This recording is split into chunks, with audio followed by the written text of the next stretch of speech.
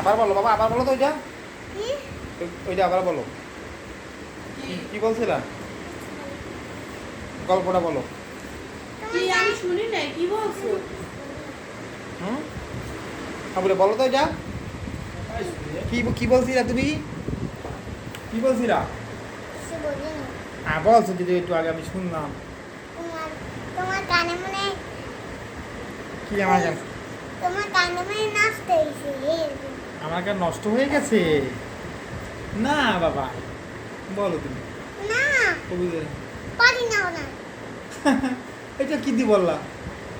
না পারি না ভুলে গেছি। ও ভুলে গেছো? আমি তো ওই জায়গায় যাবো আবার। এইটা আবার আরে তুমি তাড়াতাড়ি একটু শেষ করো।